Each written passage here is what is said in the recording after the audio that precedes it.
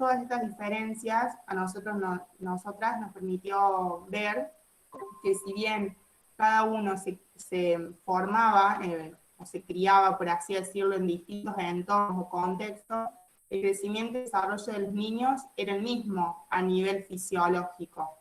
Obviamente con sus diferencias, por ejemplo, nutricionales o lo que fuera, pero lo que nos permitió ver fue más que todo eso y nos hizo como preguntarnos también de la importancia como futuros profesionales de la salud respecto a un rol más activo con lo cultural, como por ejemplo educar o acompañar en ese crecimiento a los niños, respetando siempre la cultura en la que están inmersos y no haciendo una mirada con un juicio acerca de lo que para nosotros es una cultura diferente. Por eso le decía del choque de realidades, conocimos situaciones que por lo menos algunas están alejadas de lo que vemos en nuestro país o de lo que hemos vivido nosotros en nuestro crecimiento puntual. Así que el video nos aportó como una mirada más integral de lo que es la atención y como una perspectiva distinta de lo que son distintos grupos de pacientes aplicados a la pediatría. Eso, profe. Bien, me parece bien. Vos, Elisa, vas a hablar por tu grupo. ¿Se me escucha? Perfecto. En realidad no acordamos nada, no sé si alguien quiere hablar también. Creo que... Está abierto, sí. Está abierta de si tu grupo querés hablar vos y algún otro, no hay ningún problema. Bueno, por supuesto que coincidimos con las dos compañeras. Un poco lo que surgió también como debate o me surgió a mí fue que a pesar de las diferencias abismales entre las culturas, y por supuesto que tiene que ver con una cuestión económica también, yo algo que me hizo un poco de ruido fue que uno de los niños que comentaba Vale, que bueno, la familia súper presente, lo llevaban a controles, tenía todo lo que tenía que tener, digamos, pero por ejemplo en una situación lo llevan al súper, había toda una contaminación sonora, visual, música, gritos, y digo, bueno, eso, si bien tiene todos los controles necesarios por los profesionales, familia presente y demás, como que esas cosas también juegan. Y, por ejemplo, después tenemos lo opuesto, que es en una tribu súper tranquilo, en silencio, donde ahí también se desarrollan. Digo, eso también es beneficioso en cierto punto. Nada, eso fue como, o sea, sí, esto que dice Ailén, sin hacer un juicio de valor, ni uno mejor ni uno peor, bueno, eso me pareció como interesante también, digamos, que una cultura súper desarrollada, en cierta forma también puede ser perjudicial. Y a lo mejor una como un poco más primitiva, o lo que nosotros consideramos más primitivo, bueno, puede llegar a tener un equilibrio en otros aspectos. Pero creo que no tenemos mucho más para agregar. No sé si alguien quiere agregar algo. Está bueno, Elisa, lo que decís. Y teniendo en cuenta la diferencia de culturas y de utilización y manejo de recursos, fíjense que el chiquito de Namibia también tiene sus controles que lo pesan con una balancita, esas donde lo cuelgan como las que usaban en las verdulerías antiguas. Va algún cuidador designado y hace su control y le hace el control de peso arriba de esas balanzas. Por eso es como vos decís, muy, muy bien, que cada uno se arregla como puede, tratando de controlar y de valorar el desarrollo del niño, ¿no? En las distintas etapas. Después, bueno, se puede discutir largamente sobre el proyecto de vida, sobre la duración de la vida de cada uno de esos niños, la calidad de vida, las inmunizaciones, etcétera, etcétera. Pero creo que siempre lo principal es el respeto, y el respeto hacia las distintas culturas y hacia las distintas situaciones que le toca vivir al niño. Y desde donde se pueda, el que sea médico y el que sea pediatra más, acompañar esto como se pueda, ¿no? Sí, sí, así es. Y obviamente que uno como equipo de salud, en lo que pueda mejorar, ¿no es cierto?, que pueda ayudar, en este caso, por ejemplo, consejerías. Yo vi el video, hemos visto todo el video, y ahí los chicos de Navidia están, digamos, con los animales, en contacto con los animales, le lame la boca a uno, bueno, todas esas cuestiones que si uno llegase a estar en ese ambiente, podría ir de a poco cambiando esa cultura, digamos, si se quiere, porque, bueno, sabemos la transmisión de enfermedades que puede transmitir, valga la redundancia, tanto el perro como la gallina, como el gato, que también está por ahí en otras culturas. Uno puede ir cambiando. En cuanto a lo que decía Horacio, la accesibilidad a los centros de salud, no lo sabemos, ¿no es cierto? Pareciera que sí, en algunas culturas, en otras debe ser sumamente difícil acceder a un centro de salud, por lo tanto uno puede inferir de que ese chico a lo mejor no tenga las inmunizaciones correctas, que no tiene una consejería en cuanto a la alimentación. Tampoco sabemos si ellos tienen accesibilidad a la alimentación que uno podría llamar como saludable, el agua potable, son muchas cuestiones, la eliminación de excretas, son muchas cuestiones que por eso lo trajimos al video, para que vayamos reflexionando sobre las distintas cosas. Pero están muy bien los tres. ¿Vos, Saji, vas a hablar por tu grupo? Profe, Valeria habló por mi grupo, esa está en mi grupo. La primera chica que habló. Ah, bueno, Después nos faltaría... Yo sé, podemos seguir hablando. Profe. Nos faltaría... Ahí está Violet Ramírez. Hola. Bien. Justamente mis amigas me dicen así también a veces. Bueno, nosotros dividimos entre diferencias y similitudes que vimos en el video, las cosas primero que nos llamaron la atención de las distintas culturas y que encontramos en común. En cuanto a las diferencias, ya estuvieron hablando del parto, de la vestimenta hablamos nosotros también, que veíamos niños que estaban en Nandivia estaban con taparrabo o completamente desnudos, mientras que otros niños los veíamos vestidos, con mucha ropa. La alimentación, que había mamás amamantando en el piso, en una cama, veíamos otra mamá que se extraía la leche. La libertad que se daba en el movimiento, algunos niños jugaban libremente y otros estaban controlados por sus papás o tenían un lugar específico en el cual jugaban y estaban controlados. La higiene, veíamos que algunos se bañaban en una bañera y en otro caso vimos que usaban un choclo para higienizar al bebé. Bueno, lo del entorno, que lo dijeron recién, de los animales, el contacto. Vimos en un momento que un gallo subía en la cama donde estaba el bebé durmiendo. Y el control de niños sanos, que, bueno, en algunos casos vimos que los pesaban y en otros casos el parto no era asistido por personal de salud y no se mostraba en ningún momento que el niño tuviera un control.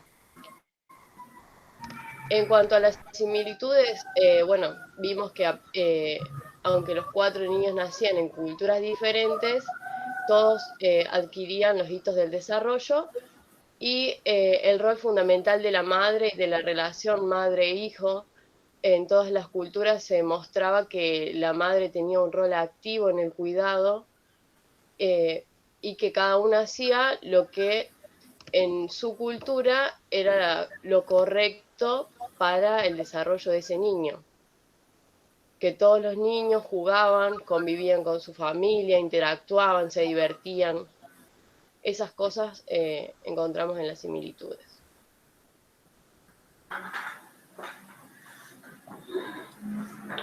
Perfecto. Gracias, Violeta. Bueno, si alguno del grupo quiere ir agregando alguna otra cosa, está abierto para que aportemos. Está muy bien las visiones que han tenido cada uno de los grupos, están muy buenos. Me parece que es enriquecedor esta reunión que hemos tenido y el video, por supuesto. Profe, Sí. bueno, agregar un poco a lo que decía. ¿Querés hablar vos? No, hablamos allí después. Bueno, la relación que tienen con los hermanos, con los padres, las empatías que son todas distintas. El niño de Namibia podíamos ver cómo el hermano era muy importante en la estimulación, ¿no? Y bueno, mientras había otros que estaban muy solos, o incluso a veces los hermanos pueden ser un poco agresivos también, que yo también pienso que es según también la empatía que tengan con los padres, ¿no? Sí, quien no ha peleado con el hermano, no. No, pero eso que Es resaltás hijo vos, único. eso que resaltás vos está muy bien por el tema, por ejemplo, el niño Bashar Hagal, que el verdadero nombre es Bashar Hagal, que es el niño mongol. No sé si se fijaron, estuvo como muchos meses solo, con muy poco estímulo en comparación con, por ejemplo, los otros niños que estaban con mucho más movimiento o con mucho más participación de los miembros de la familia. Bien. Eso tiene también mucho que ver con la forma en la que se va planteando a nivel cultural. Las comunidades de los pueblos africanos, en casi todo el video la mamá está acompañada. En cambio, en todos los otros videos, en el video de la mamá mongola, el mismo nace, se va en una moto y se mete en una yurta. Eso son una especie tipo carpas, tipo yurta. Y primero están solos en la yurta y después ven que aparecen 3 yurtas más. Entonces se ve que se juntaron en una comunidad y el niño pasa mucho tiempo solo y al principio atado, y recién después, cuando ya tiene 6, 7, 8 meses, empieza a tener libertad. Y eso también es un poco interesante, porque una de las chicas mencionó el tema de cuando lo ve japonés, que se llama Mari, una nena, va al supermercado y está recibiendo un montón de estímulos, o la nena ¿cómo se llama? La nena Hattie, que es la yankee, también reciben una serie de estímulos, pero están como más atados, están como más controlados, mientras que los otros bebés después, el nenito Poniajo, que es el nenito africano, Ponijao, disculpen, Ponijao, que es el nenito africano, tiene todo el tiempo mucha libertad de moverse, y los otros bebés como que recién la adquieren muchos meses después, un tiempo después. Eso tiene mucho que ver con cómo nosotros nos hemos criado, cómo es nuestra cultura. Y resaltando mucho lo que decía el doctor Abu Said, que me pareció muy interesante, que lo discutimos los otros días cuando nos reunimos, y él lo acaba de mencionar hace un rato, es que la interculturalidad es excelente. Y es una cosa que realmente nos ayuda mucho. Lo importante es que nosotros, que somos los profesionales, aprendamos de la cultura de ellos y tratemos de adaptar o corregir por ahí las malas prácticas. Por ejemplo, el agua corriente. Por ejemplo, el doctor Salazar mencionaba el animal que le lamía la boca al otro bebé. Todas esas cosas que pueden llegar a ser las que traen problemas, pero no desde un punto de vista agresivo, sino desde un punto de vista solidario, desde un punto de vista comprensivo, desde un punto de vista de que nosotros venimos a ayudar, no con ningún ánimo de superioridad ni nada por el estilo. No sé si alguien considera que algo de lo que dije quiere agregar algo. No, está muy bueno esto, Ricardo. Insisto en la palabra respeto y bienvenida a la diversidad cultural, ¿no? Decíamos también los otros días en la reunión un poco que no por nacer paria hay que morir paria. ¿Qué quiero decir con esto? Que desde nuestro lugar de profesionales o de colaboradores o de formadores o de lo que sea, a donde nos toque ir, a donde nos toque trabajar, tenemos que respetar esta diversidad. Y en este respeto se incluye esto que dice Ricardo. De a poco ir solucionando el tema del agua potable, ir revisando el tema, y digo revisando, no imponiendo, ¿no? Porque esto tiene que ser bien tranquilo, porque atravesar estas culturas a veces suele ser agresivo, tomado de manera agresiva por esta gente. Entonces hay que ser muy cuidadoso, muy respetuoso, sacar lo bueno de estas culturas milenarias. Hablábamos también, alguien de ustedes, si no me equivoco, Vale Fernández habló sobre un poco la epigenética, y estaba leyendo en distintos tratados de historia de la nutrición en la humanidad, cómo todavía hay tribus nómades en el norte de África que a las 48 horas de vida alimentan a sus bebés, aparte de con el pecho materno, con un cocimiento de habas y corderos y demás, ¿no?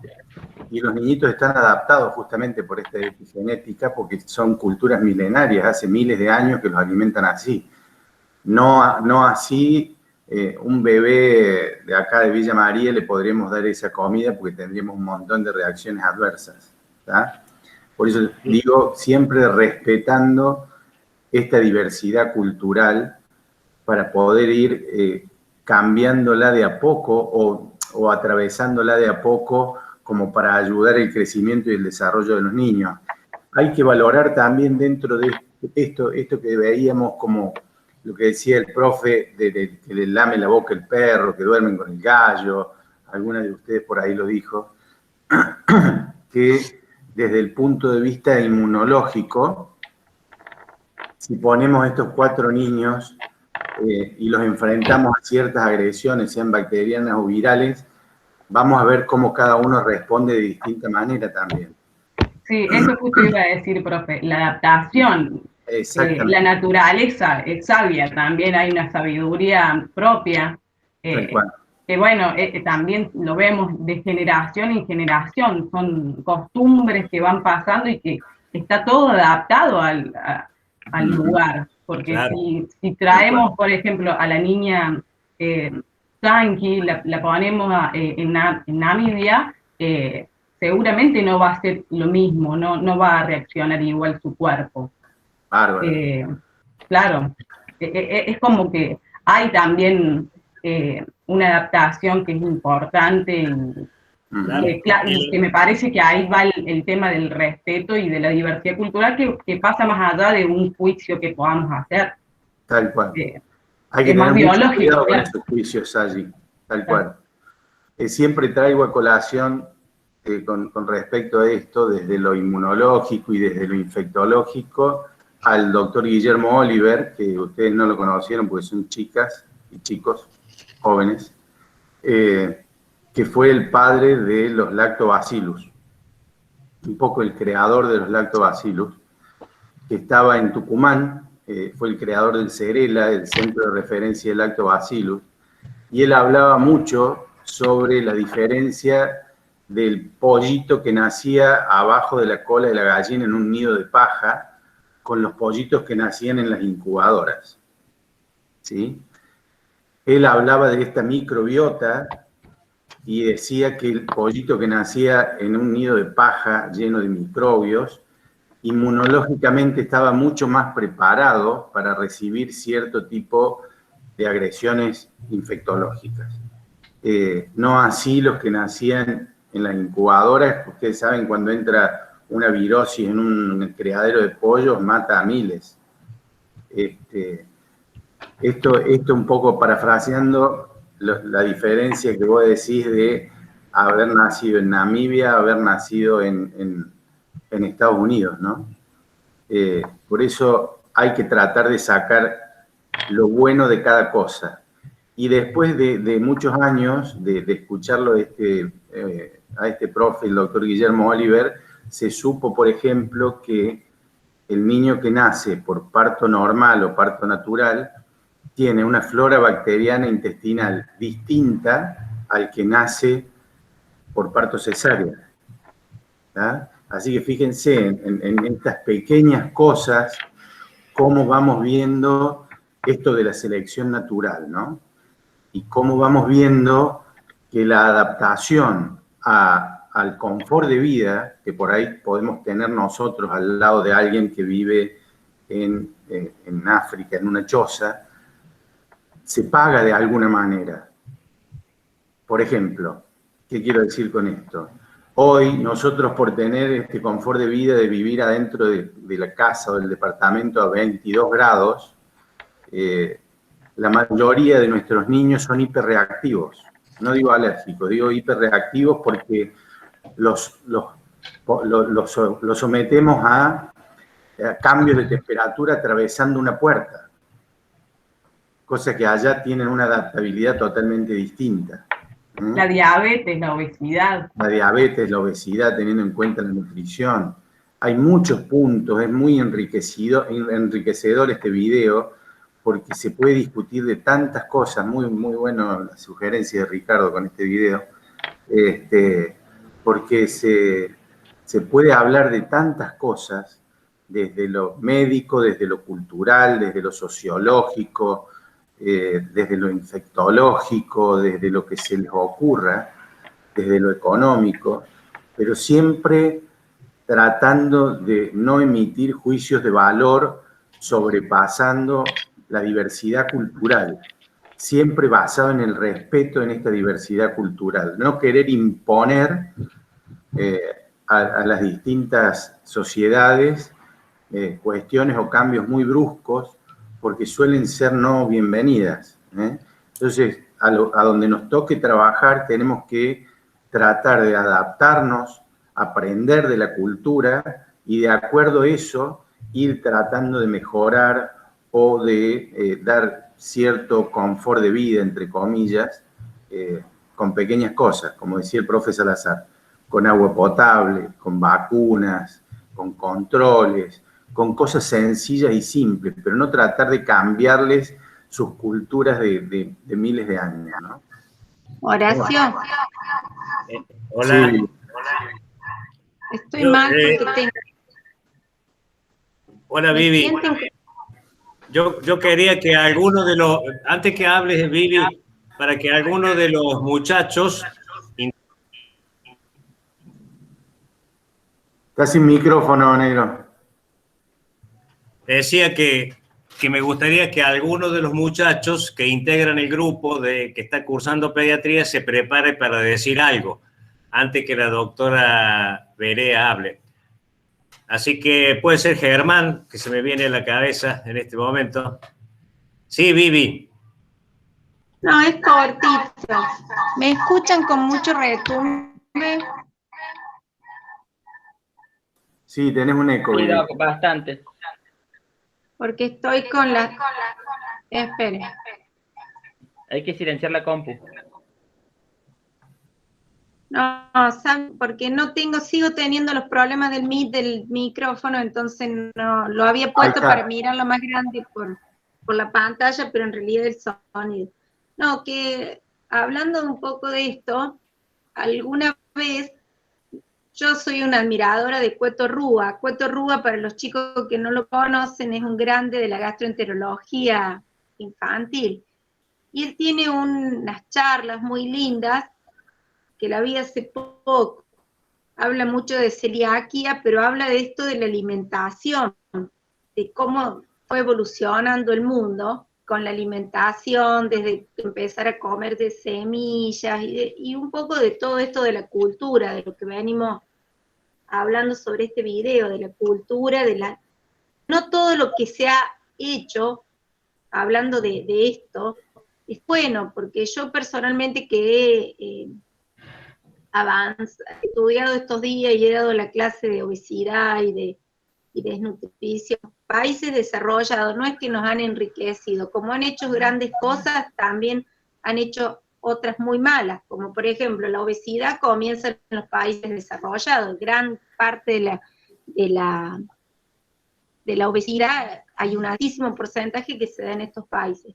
Entonces lo que quiero decir, que todo esto de las culturas, hablando de las culturas más remotas, digamos, está bueno respetarlos, porque me parece que tenemos que ir para atrás, no avanzar tanto. Hay muchas cosas que rescatar en esto de las culturas, en la lactancia materna, en la alimentación, no necesariamente todo lo que es la parte de precarización que tienen, todo lo bueno de esta cultura, digamos, yendo para atrás. No sé si me logro hacer entender lo que quiero decir.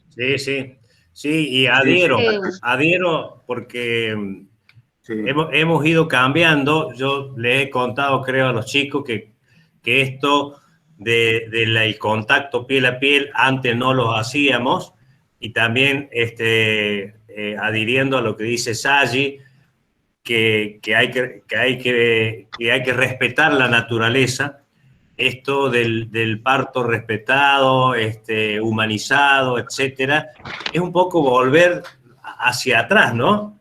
Y antes, te decía, antes cuando nosotros, por lo menos a mí me ha pasado, cuando recibíamos un niño, cortaba el cordón y salíamos corriendo como si el chico les pasara algo. Y ni se lo dejábamos ver a la madre. Ese contacto piel a piel ha surgido en otros países hace mucho tiempo, pero acá en Argentina hace un par de años hemos empezado con esa práctica. Y otra cosa que hacíamos es secuestrábamos a los niños, los llevábamos a unos lugares que se llamaban nursery, y le dábamos leche de fórmula, leche de vaca modificada, para probar tolerancia, decíamos nosotros, y lo dejamos ahí 12, 24 horas, porque nos creíamos mejor cuidadores que sus propios padres. No hay mejor cuidador que sus padres, por lo tanto ahora, felizmente, y respetando la naturaleza, el niño se va con la madre, se va con el padre en el primer momento, y en el primer momento de nacimiento lo prendemos a la teta. Y volviendo también a los viejos profes que hemos tenido, un decano de la pediatría fue el doctor Florencio Escardó. El doctor Florencio Escardó escribía en el diario Clarín bajo el seudónimo del Piolín de Macramé, y él decía que la mejor medicina individual era la peor pediatría. ¿Qué les quiero decir? Que tenemos que ver todos estos aspectos que hemos estado discutiendo ahora. La familia, la vestimenta, el entorno, el agua potable, todas estas cuestiones que hemos estado debatiendo y que muy bien lo han hecho ustedes, es lo que él proponía. O sea, no solamente ver el enfermo, sino ver todo un contexto, y que esa es la pediatría actual, ¿no?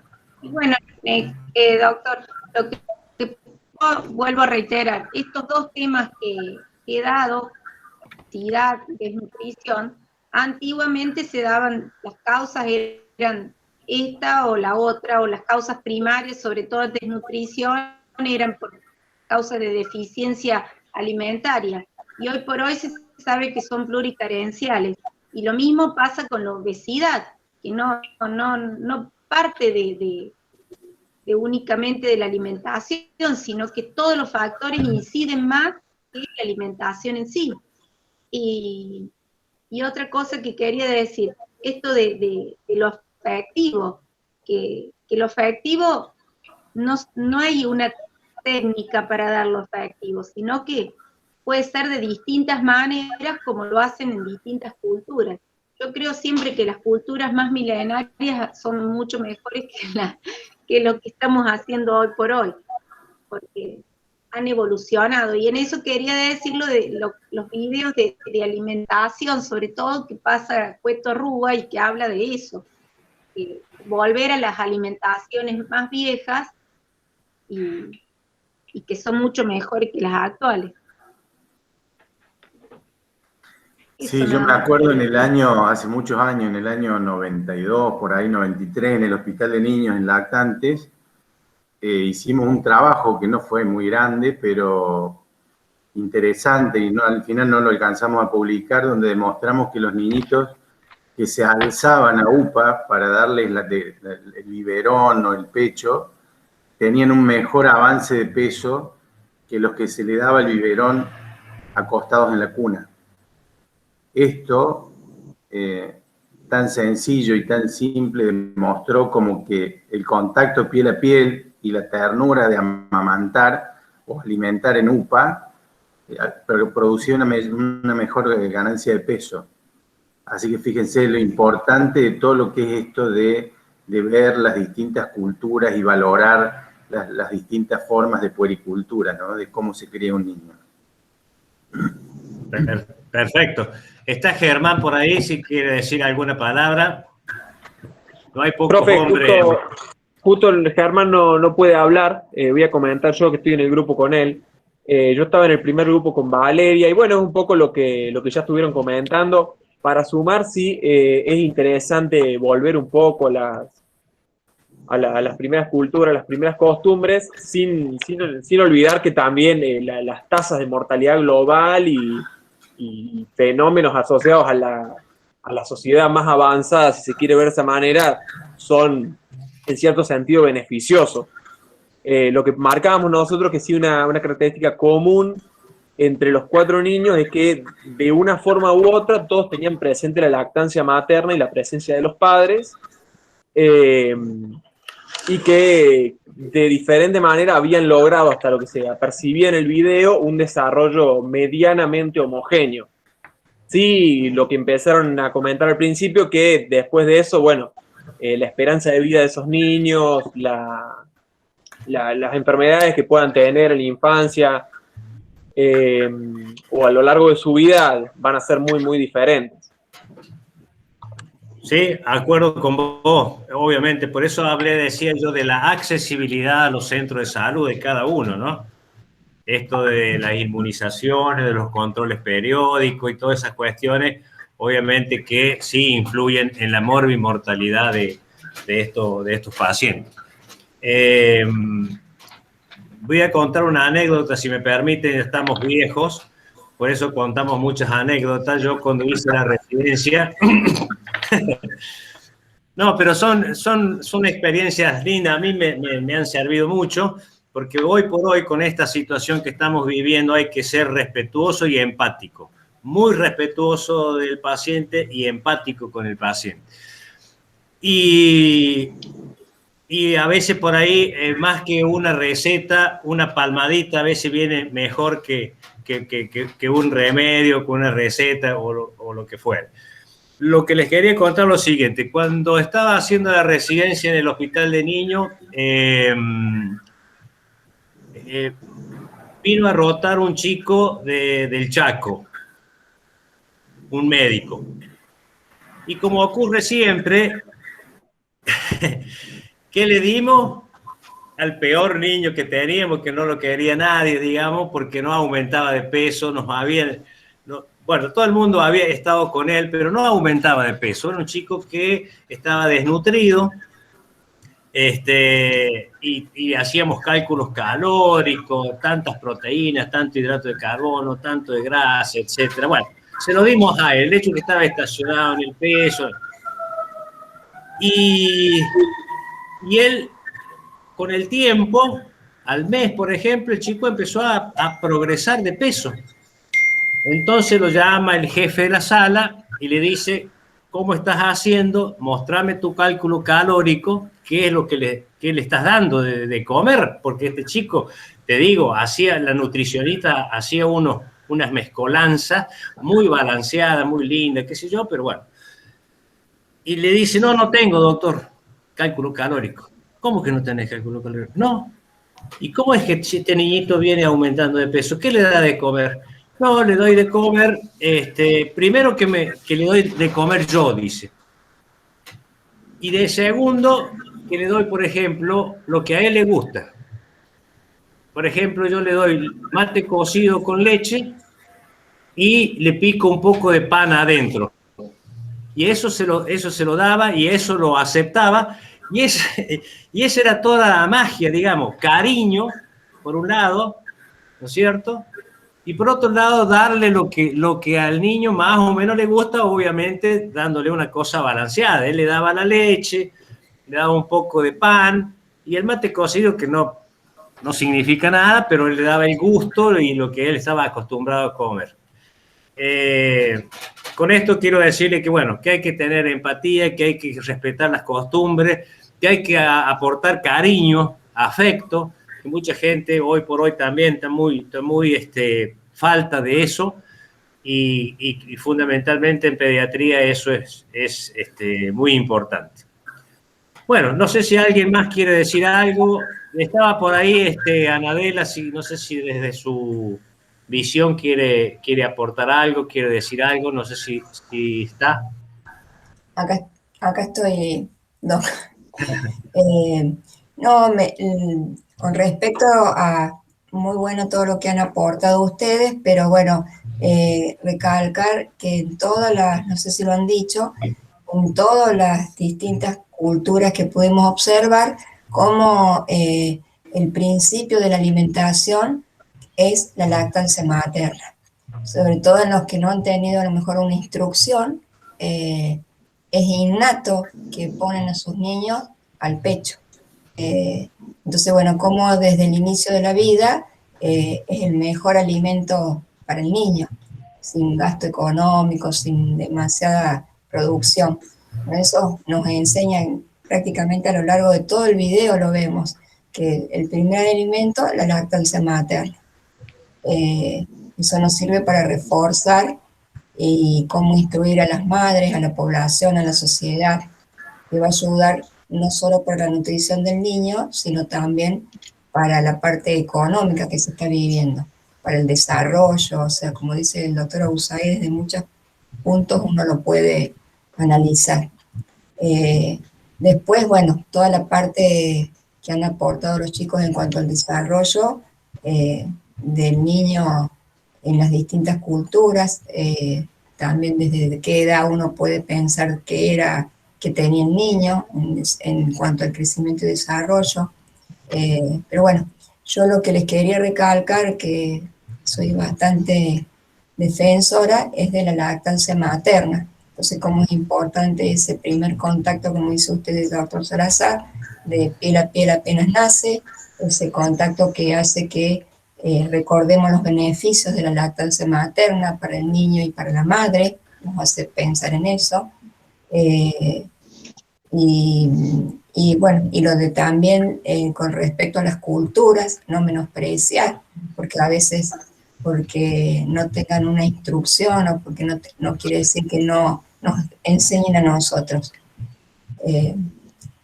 Nada, muy bueno el aporte de cada uno de los chicos de los grupos. Yo me conecté porque estaba sin luz tarde, pero desde que pude escucharlos estuvo muy bueno el aporte de cada uno, muy enriquece. Sí, felicitaciones a todos. Yo sé que hay un referente que es el que habla, pero sé que han trabajado todos, yo los felicito. Esto nos enriquece a nosotros, los docentes, y por supuesto a ustedes. Como podrán ver, la pediatría es distinta a la medicina del adulto. Nosotros tenemos una visión mucho más amplia, que es esta de la del video, ¿no? De ver todas estas cuestiones. Así que los felicito mucho y vayan pensando en el examen. Las opciones son el viernes 25 o el viernes 2 de julio. ¿Profe? Sí, Ailén. Estuvimos hablando, mandamos un grupo que tenemos compañeros y planteamos el hecho de que, bueno, la condicionalidad vio que era hasta mayo, ahora se extendió hasta julio para algunos alumnos. Algunos todavía deben rendir para poder continuar el cursado del quinto año y justamente se les presenta dificultoso rendir ahora en el primer cuatrimestre y queríamos ver si usted no nos da la posibilidad de rendir en agosto, justamente para que todos podamos terminar de cursar el 5º año oficialmente, y también por el hecho del examen de ginecología obstetricia, cual es uno solo y presenta recuperatorio y comprende toda la materia. Yo sé que, como usted dice, los conocimientos ahora son frescos, pero nos gustaría aprovecharlo más a la oportunidad para, obviamente, dar un mejor rendimiento todos en la materia. No sé si es factible. Bueno, lo vamos a debatir con los profes, lo vamos a conversar con nosotros los profes, también tengo que preguntar a la universidad.